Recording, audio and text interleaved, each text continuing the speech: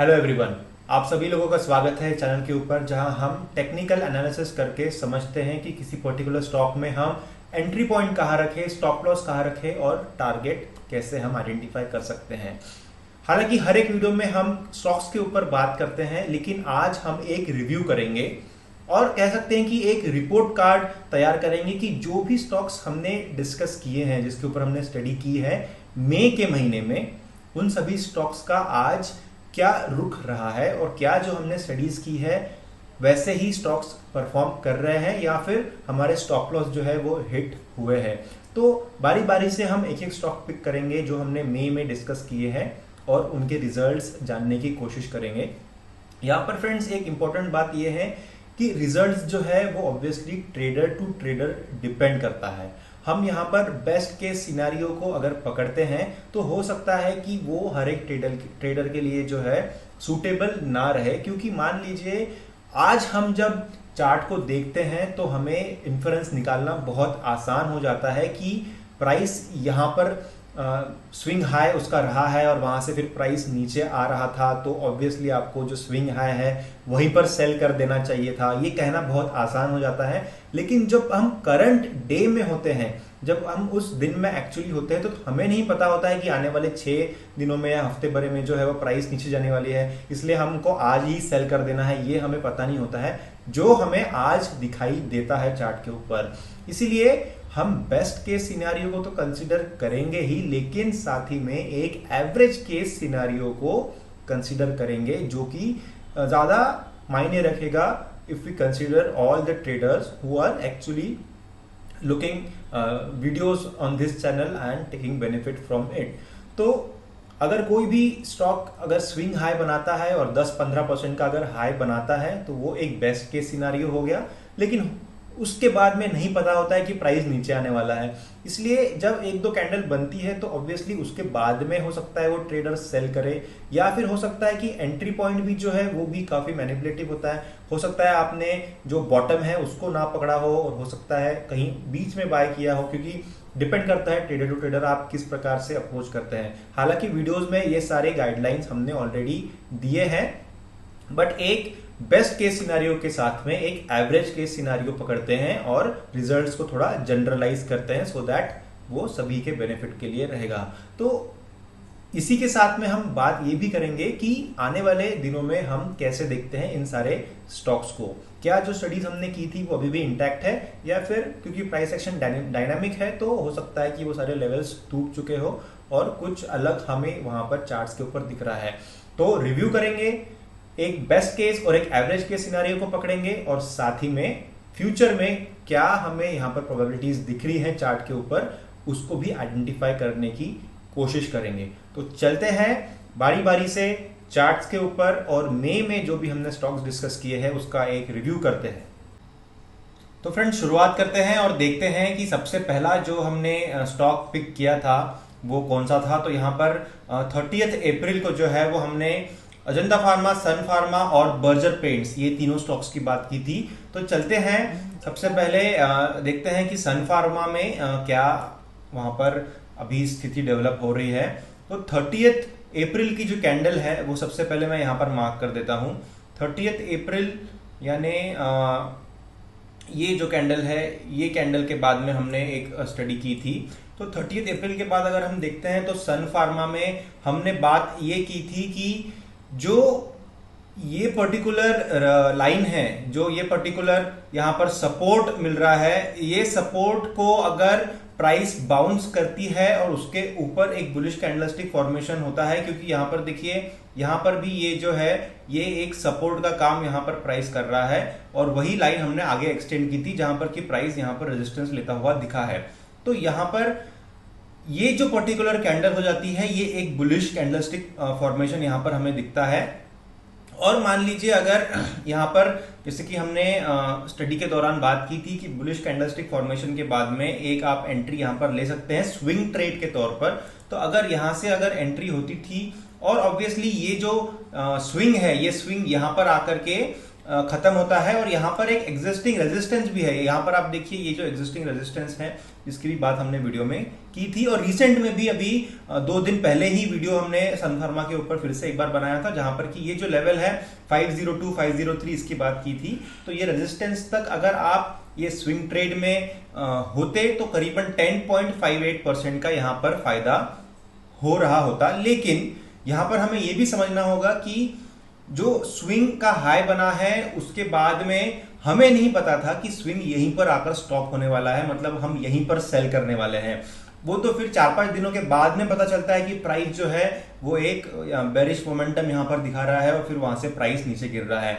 तो मैक्सिमम जो गेन यहाँ पर हो सकता था वो 10.58% का था, जो कि हो सकता है आप इस 10.58 के प्रॉफिट को कैप्चर कर पाए। लेकिन हमें एक एवरेज इफेक्ट पकड़ना पड़ेगा, क्योंकि हो सकता है कि प्राइस यहां से जब 1-2 कैंडल बेरिश डायरेक्शन में बनाए उसके बाद आप सेल करें, या हो सकता है उससे भी और थोड़ा नीचे जाए तो उस समय आप सेल करें। तो यहां पर इंपॉर्टेंट है कि हम समझे कि अगर 10.58 एक मैक्सिमम प्रॉफिट हो सकता था तो एक एवरेज प्रॉफिट हम पकड़ सकते हैं कि 5 से 6% का प्रॉफिट यहां पर हो सकता था, और हो सकता है 5 से 6 या 10 के बीच का ये जो रेंज है यहां पर अलग अलग ट्रेडर्स अपने हिसाब से यहां पर प्रॉफिट बुक कर सकते थे। तो ये एक चीज हम यहां पर समझ लेते हैं कि 30 अप्रैल के बाद में करीबन मान लीजिए 5 से 10% के बीच का जो प्रॉफिट है, फिर वो ट्रेडर टू ट्रेडर डिपेंड करेगा कि किस हिसाब से उन्होंने प्राइस एक्शन को समझा है, वो एक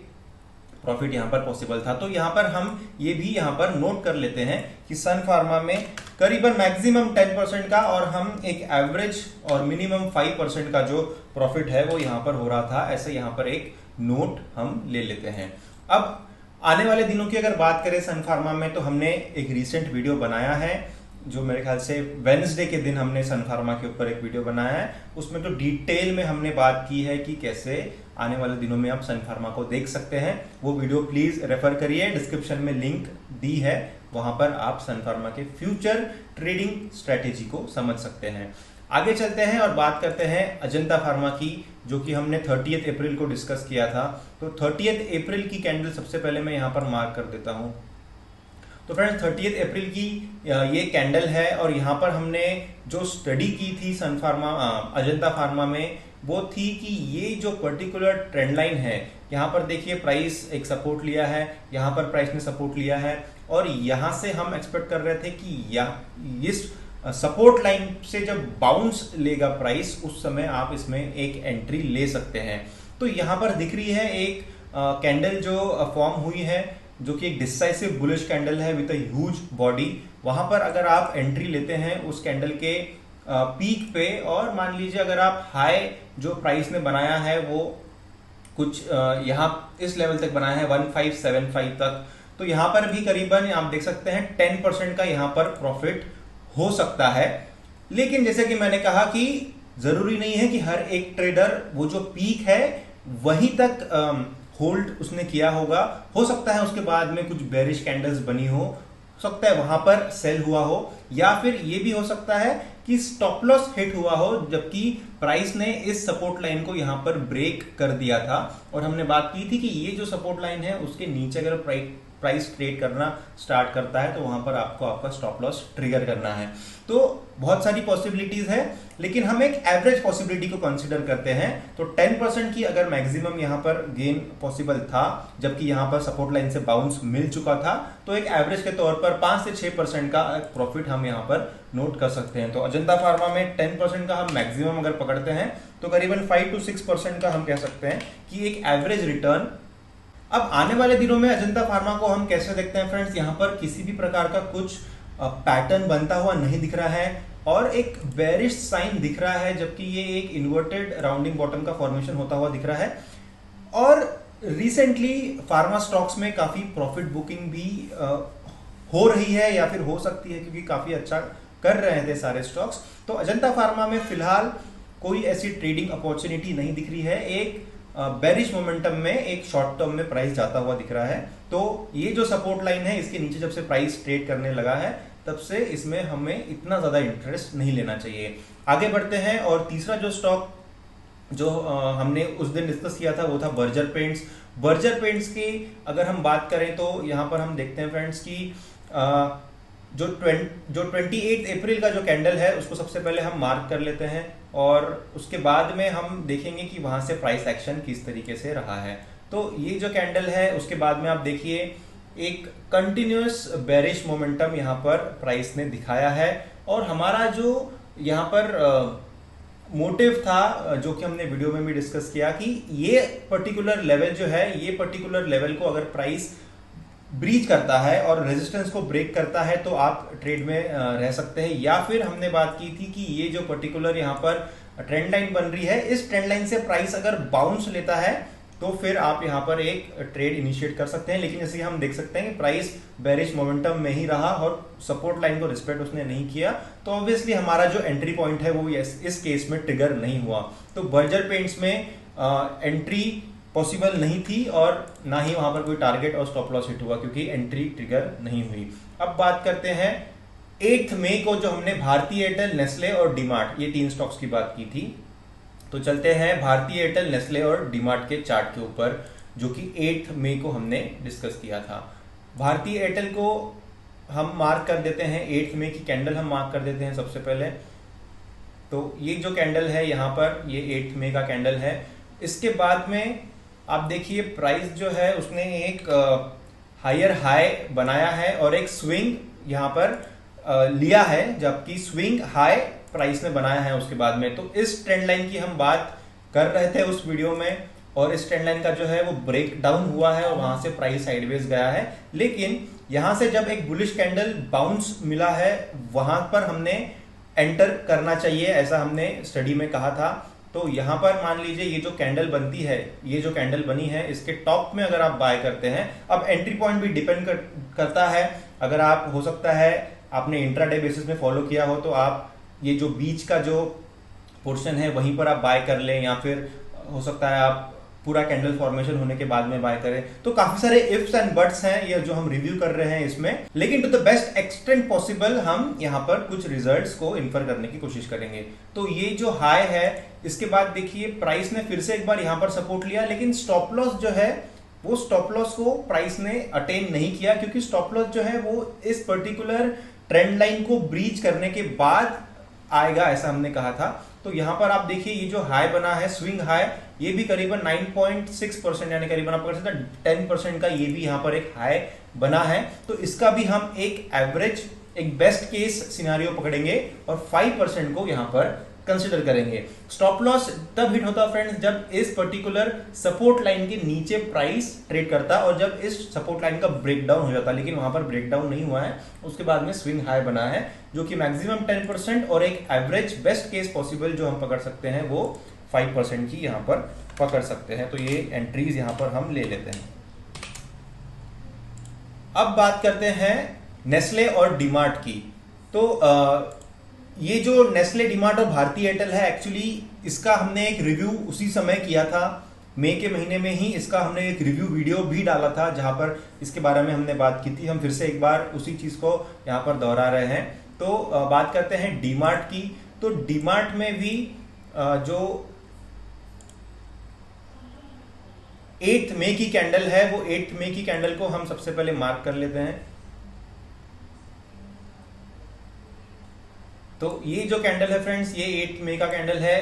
तो यहां पर भी हमने जो स्टडी की थी उसके हिसाब से ये जो पर्टिकुलर यहां पर एक सपोर्ट लाइन बन रही थी, ये सपोर्ट लाइन से बाउंस यहां पर मिल चुका था और हमने कहा था कि यहां पर आप बाउंस लेने के बाद में एक एंट्री ले सकते हैं। तो ये जो बुलिश कैंडल फॉर्मेशन है, इसके टॉप में अगर आप बाय करते हैं तो ये जो आपको स्विंग मिला है, ये भी करीबन 9% का आप कह सकते हैं, 9% का आपको ये एक स्विंग यहां पर मिला है।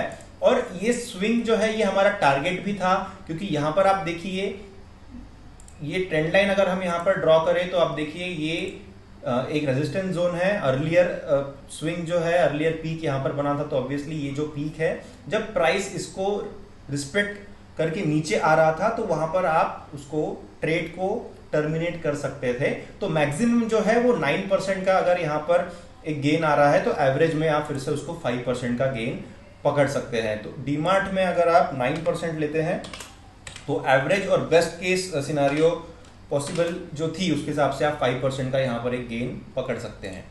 अब बात करते हैं नेक्स्ट स्टॉक की, जो कि डीमार्ट, माफ कीजिएगा, नेस्ले है। तो नेस्ले में हमने बात की है 8 मई की। 8 मई का हम रेफरेंस ले रहे हैं यहाँ पर, क्योंकि उसी दिन हमने वीडियो बनाया था। तो अगर हम नेस्ले में 8 मई की कैंडल को मार्क करते हैं सबसे पहले, तो देखिए ये जो कैंडल है ये 8 मई की कैंडल है। और हमने फिर से वहां पर यही स्टडी की थी कि यहां से अगर हायर हाइज हायर लोज बनाने की जो प्रोसेस है वो अगर कंटिन्यू रहती है और इस पर्टिकुलर ट्रेंड लाइन से अगर प्राइस बाउंस लेता है, जहां पर कि प्राइस ने सपोर्ट लिया है, यहां से अगर बाउंस मिलता है तो फिर आप इसमें एंटर करिए। लेकिन आप देख सकते हैं कि ये बहुत ही बड़ी बेरिश कैंडल यहां पर बनी है और सारे सपोर्ट्स को उसने ब्रेक डाउन किया है, इसलिए यहां पर कोई भी एंट्री पॉइंट ट्रिगर नहीं हुआ है। इसलिए यहां पर फिर से हम इसमें 0-0 लिख देते हैं, क्योंकि एंट्री पॉइंट्स इस केस में ट्रिगर नहीं हुए हैं। अब नेक्स्ट हमने बात की थी सिप्ला और एस्कॉर्ट्स की, जो कि 22 मई को हमने वीडियो बनाया था। तो चलते हैं 22 मई की कैंडल को सबसे पहले मार्क करते हैं एस्कॉर्ट्स और सिप्ला में। तो एस्कॉर्ट्स के चार्ट में हम सबसे पहले 22 मई की कैंडल को आइडेंटिफाई करेंगे। तो ये जो कैंडल है ये है 22 मई की कैंडल। और स्टडी के हिसाब से फ्रेंड्स हमने बात की थी कि यहाँ पर आप देखिए एक हायर हाइज हायर लोज का फॉर्मेशन है और यहाँ पर एक हायर हाइज हायर लोज का फॉर्मेशन होते रहा है। और ये जो EMA 21 है, इस लेवल की हमने बात की थी जहां पर कि प्राइस सपोर्ट ले रहा है। और अगर आप एक ट्रेंड लाइन भी यहाँ पर एक ड्रॉ करते हैं तो देखिए ट्रेंड लाइन के नीचे प्राइस ट्रेड नहीं कर पा रहा है इतने दिनों से और price higher highs higher lows बना रहा है। तो यहाँ पर भी अगर आप देखें कि ये जो कैंडल है इसके बाद में करेक्शन होता है और करेक्शन के बाद में एक बाउंस मिलता है, तो एवरेज के तौर पे कहीं यहाँ पर ऑब्वियसली जहां पर कि आपको एक बुलिश कैंडलस्टिक फॉर्मेशन दिख रहा है, 3 कंसेक्यूटिव डेज आपने देखा कि बुलिश कैंडलस्टिक फॉर्मेशन यहां पर हुआ है, जिसकी बात हम हर एक वीडियो में करते हैं। तो ये आपको जब यहां पर मिलता है तो ये एक अच्छा बाइंग ऑप्शन डेफिनेटली था।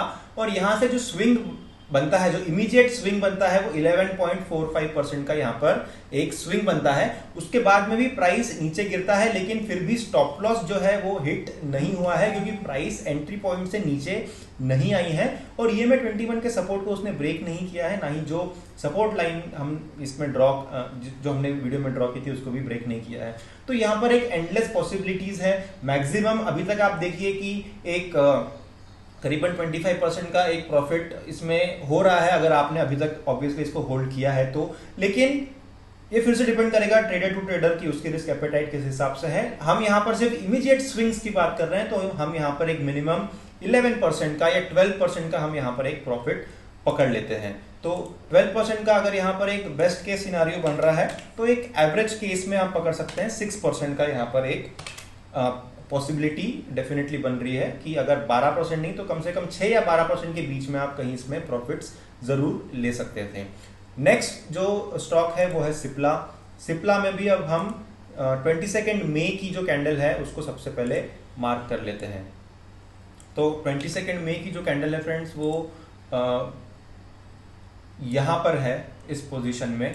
अब इस कैंडल के बाद में आप देखिए कि आपका एंट्री पॉइंट जो है वो इस कैंडल से जो है वो डिसाइड हुआ है, क्योंकि हमने जो वीडियो में बात की है वो ये की लेवल्स है। ये जो लेवल है ये एक यहाँ पर जो अर्लियर रेजिस्टेंस है वो अभी सपोर्ट का काम करेगा, ऐसा हमने सिप्ला में कहा था। सिप्ला के इसके बाद में भी हमने काफी वीडियोस बनाए हैं, 1-2 बार और हमने इस डोमेन की बात की है, वहां पर सिप्ला की भी बात की है। तो ये जो पर्टिकुलर ट्रेंड लाइन है और ये जो पर्टिकुलर ट्रेंड लाइन यहाँ पर है जो कि रेजिस्टेंस का काम करेंगी, ये दोनों ट्रेंड लाइन्स की हमने बात की है। यहाँ पे मैं प्राइस लेवल्स मेंशन नहीं कर रहा हूँ फ्रेंड्स, क्योंकि आप डेफिनेटली चार्ट ओपन कर सकते हैं और ये लेवल्स को आइडेंटिफाई कर सकते हैं। अगर आप मोबाइल में देख रहे हैं तो थोड़ा डिफिकल्ट होगा, लेकिन इट इज़ एडवाइज्ड कि आप लैपटॉप में एनालिसिस करें, क्योंकि वो ज़्यादा इजी आपको पड़ेगा rather than opening it on your mobile screens. तो अब यहाँ पर जो कैंडल फॉर्मेशन होता है, जो सपोर्ट यहाँ पर लेता है, वो ये जो कैंडल है, यहाँ से आप एक एंट्री पॉइंट कंसीडर कर सकते हैं। और उसके बाद में देखिए कि यहाँ पर जो स्विंग बना है वो 3 या 4% का 3% का यहाँ पर बना है, लेकिन उसके बाद में प्राइस नीचे आता है और करीबन -4% तक के प्राइस जाता है, जबकि जो टारगेट है वो हमारा 6% या 7% का ही टारगेट है। और अगर 6% के टारगेट में अगर 4% का स्टॉप लॉस हिट होता है तो डेफिनेटली इसको एक स्टॉप लॉस हम मानेंगे। तो यहां पर हम कह सकते हैं कि सिप्ला के स्टॉक में स्टॉप लॉस हिट हुआ है, तो -4% का यहां पर स्टॉप लॉस हिट हुआ है, ऐसा हम यहां पर देख सकते हैं। अगर आपने इसके बाद में भी होल्ड किया है तो हो सकता है आपको 6-7% का प्रॉफिट हुआ हो, लेकिन हम इमीडिएट स्विंग्स की ही बात यहां पर कर रहे हैं और उसी पैरामीटर्स में अगर हम जज करते हैं तो यहां पर -4% का स्टॉप लॉस हिट हुआ है। तो सिप्ला में हम नोट कर लेंगे कि -4% का जो है वो स्टॉप लॉस हिट हुआ है और वही वर्स्ट केस सिनारियो को हम यहां पर कंसिडर करेंगे, उससे ज्यादा बेटर सिनारियो हम यहां पर कंसिडर नहीं करते हैं। अब आगे बढ़ते हैं और बात करेंगे एशियन पेंट्स, ऑरोबिंदो और रिलायंस की। एशियन पेंट्स जो है वो 27 मई को हमने उसकी बात की थी, तो चलते हैं एशियन पेंट्स के चार्ट के ऊपर। तो 27 मई की कैंडल को सबसे पहले हम मार्क कर लेते हैं। तो ये जो कैंडल है फ्रेंड्स, यहाँ पर ये 27 मई की कैंडल है और इस कैंडल के बाद में हमने ये बात की थी कि ये जो ट्रेंड है ये कंटिन्यू रहेगा और इमीडिएट स्विंग जो है वो हमने बात की थी कि इस लेवल तक जाएगा। तो ये जो लेवल है ये लेवल की हमने यहाँ पर बात की थी, लेकिन वहां तक प्राइस नहीं जा पाया है। तो देखते हैं कि मैक्सिमम स्विंग जो गया है वो कितने लेवल तक गया है। तो मैक्सिमम स्विंग यहाँ पर है जो कि 6% तक गया है। तो बेस्ट केस सिनारियो में एक स्विंग 6% और हो सकता है जब ये कैंडल डाउन साइड में बनी है, हो सकता है वहां पर आपने सेल किया हो। तो 6% की बेस्ट केस सिनारियो और आप पकड़ सकते हैं 2 to 3% का एक एवरेज सिनारियो यहां पर हम मेंशन कर लेते हैं। तो 6% और 3 to 2%, 3% का हम यहाँ पर एक मेंशन ले लेते हैं। अब बात करते हैं ऑरोबिंदो और रिलायंस, जो कि 30 मई को हमने बात की थी। तो ऑरोबिंदो जो है वो 30 मई की कैंडल सबसे पहले यहाँ पर हम मार्क कर लेते हैं। तो 30 मई की कैंडल यहाँ पर हम मार्क कर लेंगे ऑरोबिंदो फार्मा के चार्ट के ऊपर। तो ये जो कैंडल है ये 30 मई की कैंडल है और यहाँ पर जो स्टडी हमने की है कि EMA 21 का प्राइस सपोर्ट लेते हुए आगे जाएगा और वही यहाँ पर हुआ है।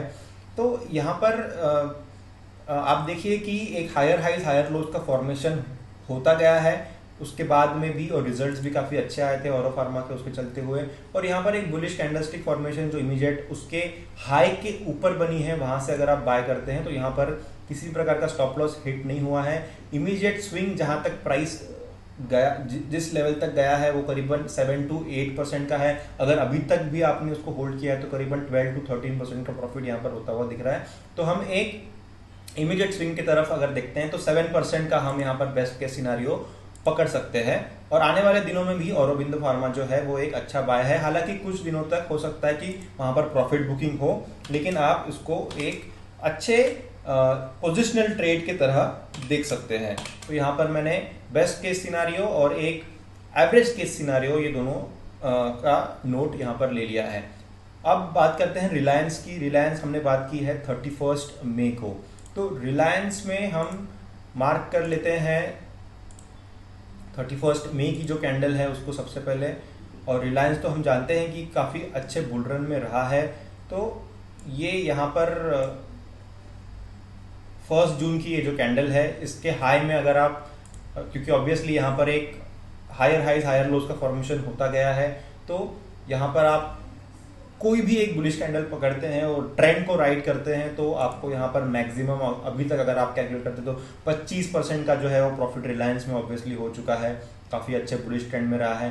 ये जो इमीडिएट स्विंग रहा है अगर हम उसको कैलकुलेट करते हैं तो यहाँ पर करीबन 5% का यहाँ पर एक प्रॉफिट होता हुआ दिख रहा है और उसके बाद का भी जो स्विंग है वो करीबन 15% का है। तो ये जो एक स्टॉक है ये एक ऑलमोस्ट आप कह सकते हैं एक बुल रन में है और सर्टेनिटी यहाँ पर थी कि ये एक अच्छा जाएगा। तो 25 and 10% के बीच का जो प्रॉफिट है वो यहाँ पर पॉसिबल था। तो यहाँ पर भी it is of very much prominence that we can take a percentage of around 10%। और हालांकि 5% भी एवरेज के सिनारियो में कम हो जाएगा तो आप कह सकते हैं करीबन 8% का जो है यहाँ पर एक एवरेज के सिनारियो भी पॉसिबल था, क्योंकि काफ़ी अच्छी न्यूज़ आती रही है रिलायंस में।